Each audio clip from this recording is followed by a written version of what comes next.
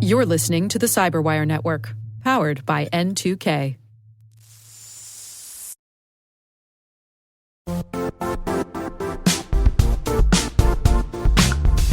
The IT world used to be simpler. You only had to secure and manage environments that you controlled. Then came new technologies and new ways to work. Now, employees, apps, and networks are everywhere. This means poor visibility, security gaps, and added risk. That's why Cloudflare created the first-ever connectivity cloud. Visit cloudflare.com to protect your business everywhere you do business.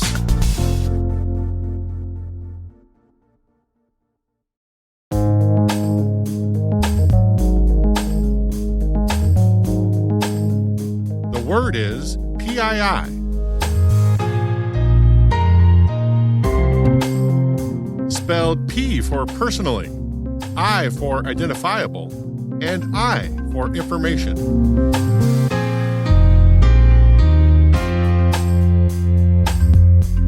Definition: a term of legal art that defines the types of data and circumstances that permits a third party to directly or indirectly identify an individual with collected data.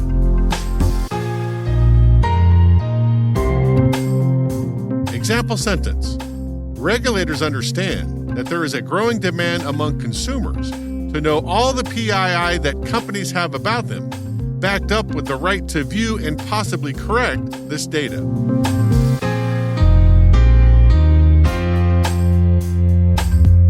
Origin and context. The idea of privacy in terms of legal considerations has been around since the late 19th century. According to Paul Schwartz and Daniel Solo from the University of California, Berkeley School of Law, in 1890, two lawyers, Samuel Warren and Louis Brandeis, wrote the original paper that framed privacy in terms of European philosophy and said that every person deserves protection against certain kinds of harms as a consequence of being human. For digital privacy, the world didn't get a legal definition of PII until 1974. The United States, or U.S., passed the Family Educational Rights and Privacy Act, or FERPA, but the law focused on educational records and not a precise definition of what makes up PII. In 1984, the U.S. passed the Cable Communications Policy Act that not only refers to PII, but makes it the trigger for the applicability of the law.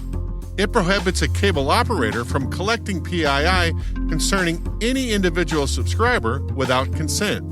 It didn't prohibit the collection of aggregate information, though. That means the cable operators could collect PII for statistical purposes. By 1996, the U.S. passed the Health Insurance Portability and Accountability Act and defined precisely the data elements within PII: full name, date of birth, social security number, etc., about 21 elements in total, plus other elements if combined in the right way, like first name, place of birth, height and weight, etc. Fast forward to 2016, the European Union, or EU, passed the General Data Protection Regulation, or GDPR.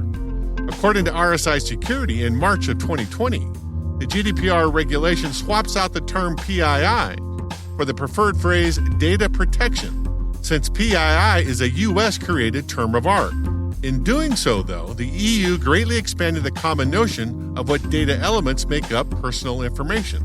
The law states that any information that relates to a specific individual, whether that data is private, public, or professional in nature, is protected under GDPR. It also gave power to the individual by authorizing deletion requests, error correction, and requests for copies.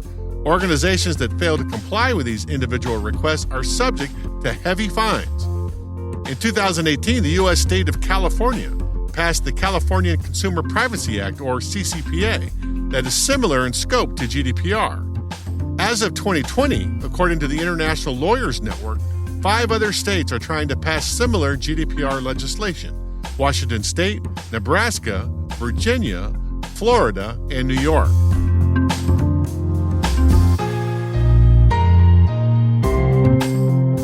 Nerd reference.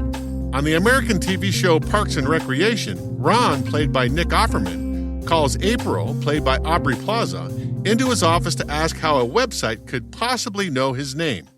Listen, I was trying to buy this handcrafted mahogany wood model of a B-25 Mitchell Panchito aircraft. Aw, for me? Don't sass me. And I went to this website and this ad popped up that said, "Hey, Ron Swanson, check out this great offer." What's your question? My question is, what the hell? Like, how do they know who you are? Yeah. Okay. There are these things called cookies, where, like, if you go to a site and buy something, it'll remember you and then create ads for other stuff you might want to buy. So it learns information about me? Seems like an invasion of privacy. Dude, if you think that's bad, go to Google Earth and type in your address.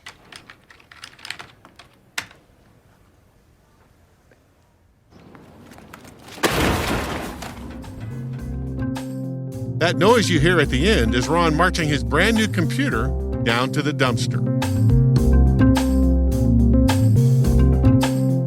Credits.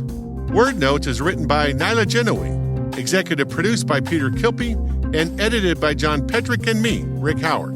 The mix, sound design, and original music have all been crafted by the ridiculously talented Elliot Peltzman. And thanks for listening.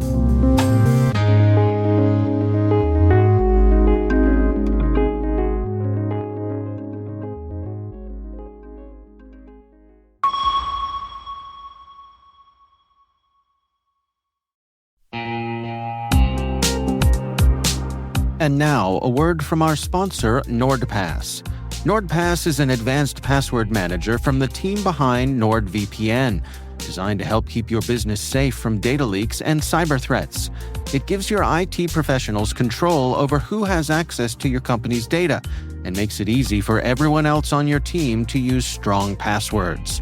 Right now, you can go to www.nordpass.com/cyberwire for 35% off the NordPass Business Yearly Plan. Don't miss out on that.